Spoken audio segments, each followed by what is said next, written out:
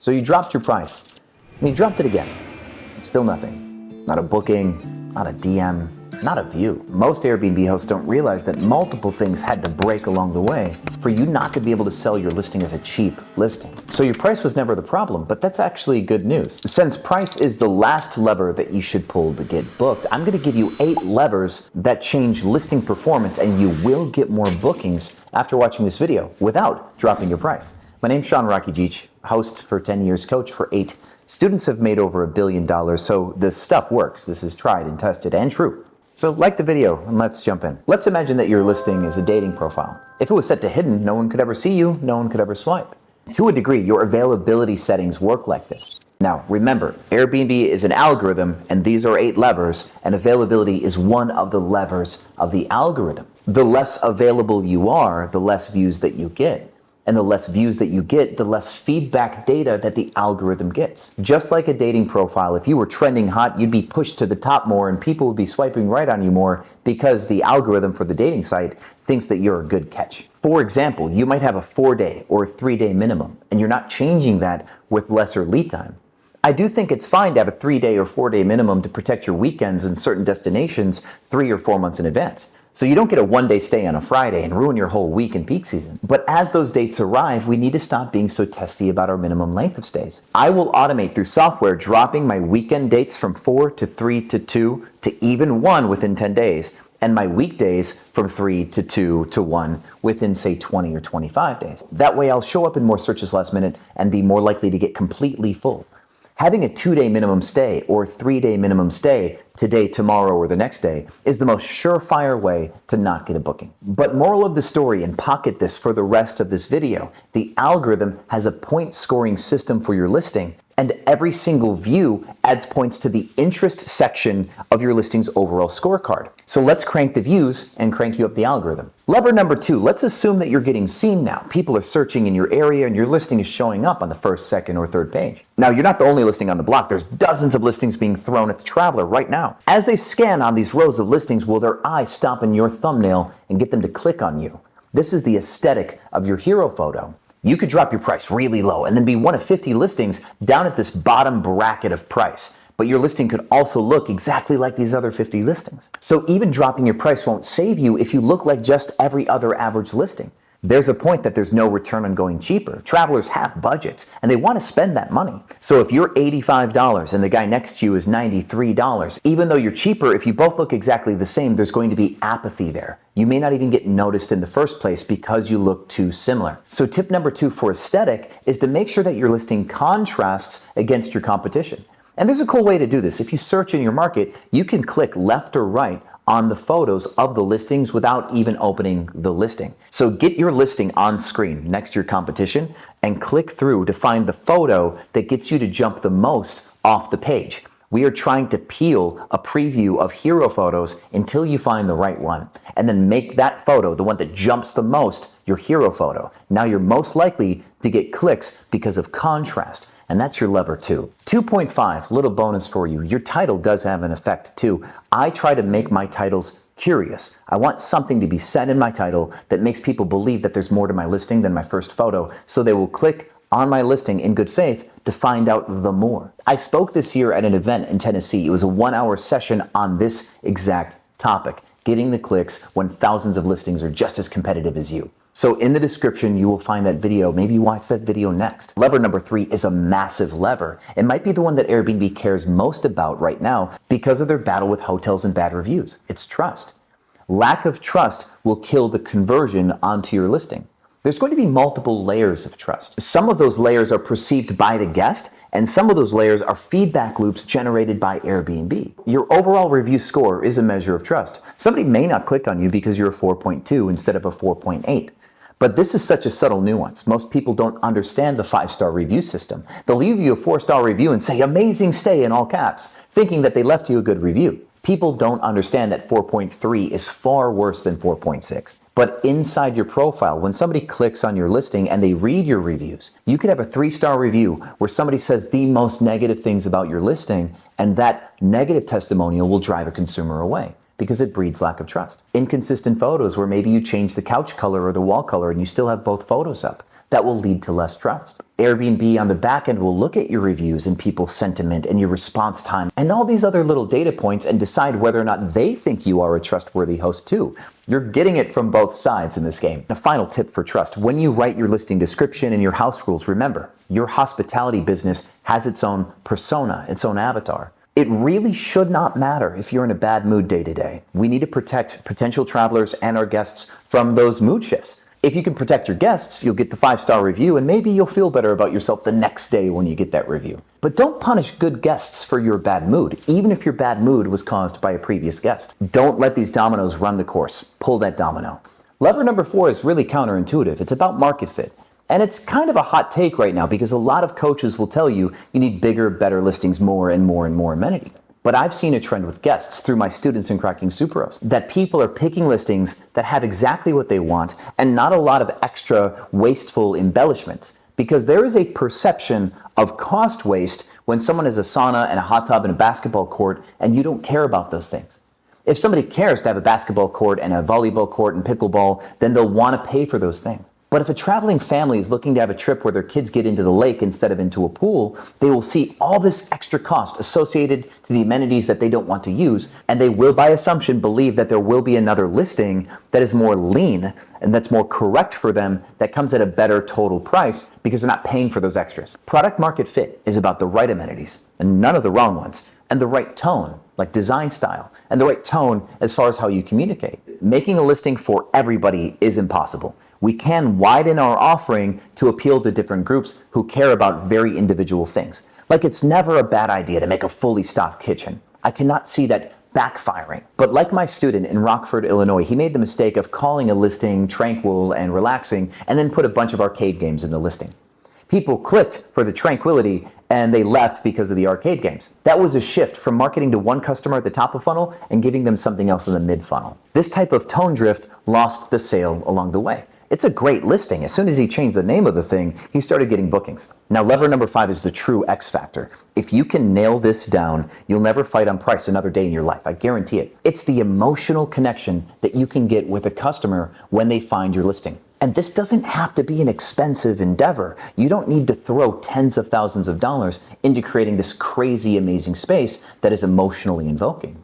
You'd be surprised what a pane of coat will do. I've got a property here in downtown Dallas. It was an ugly property. Gray couches, gray headboard, whitish walls, nothing really fancy. But in my effort this year to improve all my listings quality before the summer, because I'm going to Burning Man and I'll be unavailable for nearly 2 months, I want my listings to run as automated as possible, which means I want to get the best guests possible, because good guests are easier to automate. And I decided to add a bunch of pianos to make my listings more interesting. But then I had the idea to ask ChatGPT what color paint job I should have for this loft now that I've got a black grand piano. It gave me some paint colors. We did a few mock-ups with AI, landed on this color red, and it even generated a few touches that were beyond me, that I didn't think I would ever put in a space. Like all of these fake roses, which actually look pretty good in photos, and this gold mirror on the wall placed in a really odd spot compared to the piano and the table. But it looks really good. So thank you to ChatGPT. This mock-up we just kind of colored within the lines, no pun intended, and finished a product that looks completely beautiful. And now people are sending me messages going, I want to do something for my wife or my girlfriend, or I want to record an R&B video in your home. I've not seen these types of messages since I was renting my penthouse out on Pier Space. But this loft is a $2,000 loft instead of a $17,000 per month penthouse. We're getting nearly the same effect with a coat of paint and some intentionality. Now, results may vary. This one look is very cliche, but we're tapping into cliche, which is kind of half the point. There are other customer types that will respond to other cliches. There are people that are more masculine, that are more feminine, that are more edgy or artistic, that are more lean or modern. There are design styles that people really love right now, like Japandi. Some people love darker walls. Some people are in love with murals or wallpaper or pastel colors. And thankfully, Airbnb will tell us what guests actually want when we do market research. The algorithm pushes listings to the top, like best in show kind of stuff. So we can copy some of the best practices that other listings have put into play. There's not a lot of guesswork if we know how to skim the top of the Airbnb algorithm. And you can always steal from a similar city nearby. I like taking bigger cities like Chicago and then taking those design best practices and putting them into smaller cities like Madison. And it goes beyond the cliche. You can lean into things like nostalgia or pop culture to get people to really love something in the moment. Something can remind them of their childhood, or something could be trending at the moment and they're emotionally hot for whatever that trend is. And this is why Airbnb in their experiences made the Up House and Professor Xavier's School for Gifted Children X-Men themed space. They do this to tap into trends and nostalgia. So Airbnb's not only proven this, but this is the angle that they're pushing. And if they're going to push this angle, we should follow along. Wherever they're spending their marketing dollars to acquire a certain type of customer, that means those customers could bleed into our business. We want to play the same game as Airbnb. That's just smart business. And in summary, by doing something that's emotionally invoking or provocative, you're going beyond the logic. Where people are looking at prices no longer, they're like, I love this place, I have to have this place. They'll skip your price and just hit reserve now. And that's a beautiful thing to have. If you've watched this far into the video, you are doing absolutely great. These are business decisions. Beyond just navigating an investment, you're running an entire company and you're trying to optimize that business for customer growth and revenue. And that's why I need to tell you about Relay. I quit Chase Bank 6 months ago because they could not move fast enough for me to run my Airbnb business. Relay is a banking technology that allows me to set up new bank accounts extremely quickly, and I can attach them to my VRBO listings and my Airbnb listings, and if I need to change anything, immediately I can do so. If there's fraud detected, I can shut down entire accounts on the spot and spool up new ones to protect my routing number and banking information. Unfortunately, nearly a year ago, a female employee of mine compromised one of my business accounts, and she stole $36,000 in payments between my Airbnb and VRBO accounts. And 2 years prior to that, we had a housekeeping manager that stole a book of checks and started writing fraudulent checks and stole $8,000 from the company. Between these two breaches and Chase Bank charging me $500 a month in fees, I decided to start working with a company that can help me protect my business. As a business banking technology with best of class features and extremely low fees for the everyday stuff that we need to do, like send wires, Relay is a no-brainer decision. Switch your banking to Relay, start saving some money, and start getting much faster responsiveness with the tools you need. Now, my friends, number 6, let's get back into some data. Let's get to the nerdy stuff. You may think that your listing is cheap because you lowered your price, but your listing might still be expensive according to Airbnb because you don't have your listing complete in such a way that makes Airbnb think that your listing should be worth more money. Airbnb generates this crossover number, season to season, kind of like a supply and demand curve, where your price is based on multiple factors. One factor is demand. The more demand, the higher your price should be. But your listing has a base score as well, based on size, amenities, and then of course feedback information. But the size and the amenities are all stuff that you can do right away, has nothing to do with your active performance. And if you increase the base value of your listing by adding more beds or adding more amenities, then your listing's base value will go up according to Airbnb's algorithm. So even if you did not drop your price and you just kept your price at 200, you could over here turn some knobs and Airbnb thinks that you should be worth 250. And then you go up in the algorithm because you're less expensive than Airbnb thinks that you should be. This is a value-weighted score that indexes you in the algorithm. Price, value, and demand all come together to decide if you currently right now are a good deal. And this even gets wider because every listing in your market has the same value-weighted indexing. Improve your listing's perceived quality with Airbnb and you bump up across your competition. And improve your listing's perceived quality to your guest, and now you're in lever number 7. Perception of effort is the new final frontier for getting more bookings with Airbnb guests. This is another extrapolation of trust. Sorry to use weird words, I'm ADHD. And sorry to forget to ask you to like the video until now. If you find this valuable, please like the video and follow for more, because I like teaching Airbnb and it'd be great to have you here. This is a hot take, I think, and it's really been effective with my students. Your photos say way more than you think your photos say. People go through the photos to look for the quality of the listing, to look at the beds and the design style and all the stuff that you think that they look for. But hidden inside your listings is proof of whether or not you are a good host. It's proof of whether or not you're just doing this for the money, or if you're a greedy landlord with some extra properties. Because there are rich hosts, people with tons of money, and they'll buy a mega property and they'll have all these amenities and the place will look clean and sterile. It will have no soul, no personality. It is straight out of restoration hardware, but it is completely flavorless in nature.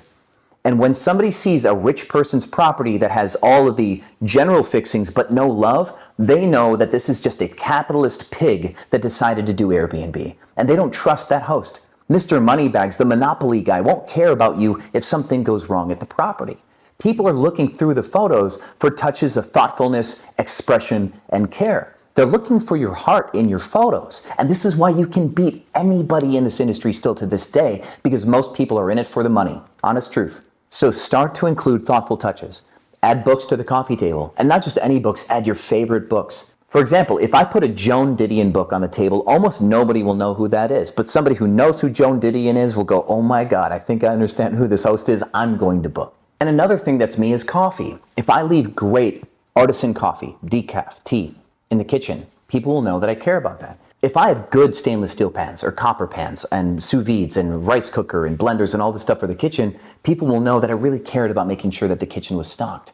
There is a level of elitism in every single amenity that you can offer, because stocking a kitchen ends where the imagination ends.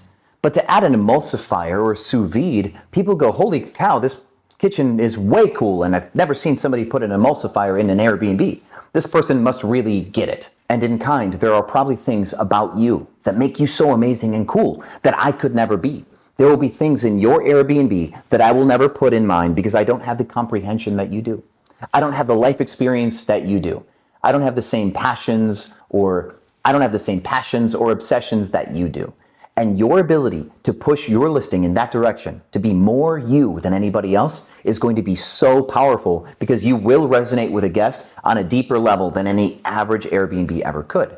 More than any of those Globo Gym mega Monopoly Man mansions ever will. I find this exciting, and I hope that you find that exciting too. This is really your competitive edge if you push it. And somewhere along the way of searching for more or searching for the right things to put into your Airbnb, you hit lever number 8. Which is underserviced amenities or underserviced offerings. If you do market research in any market, you'll see that some things everybody has, some things almost nobody has. For example, a very easy one, this is almost cheating, is ADA accessible properties. Most hosts don't do the work to prove that their listing is wheelchair accessible.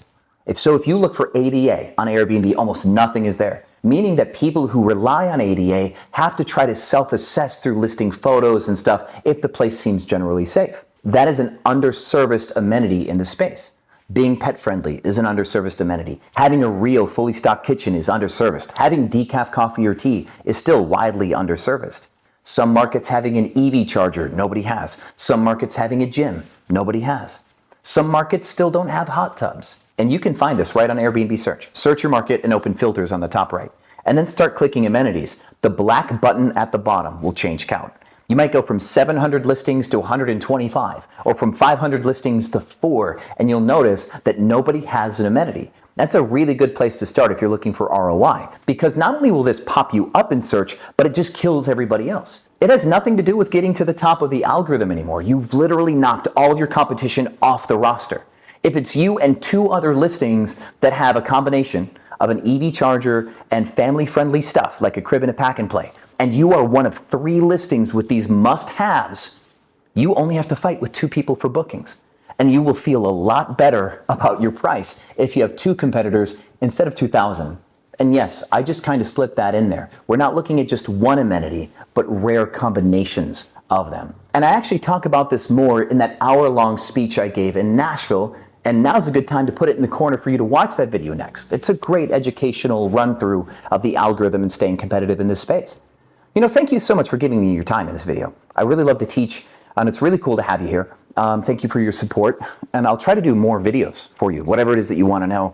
I really do welcome your comments. I'm actually there. I'm so ADHD, I'm in the comments all the time. I'm basically always online, or at the gym, or drinking coffee. So thank you, my friends, and as always, I'll see you on the other side.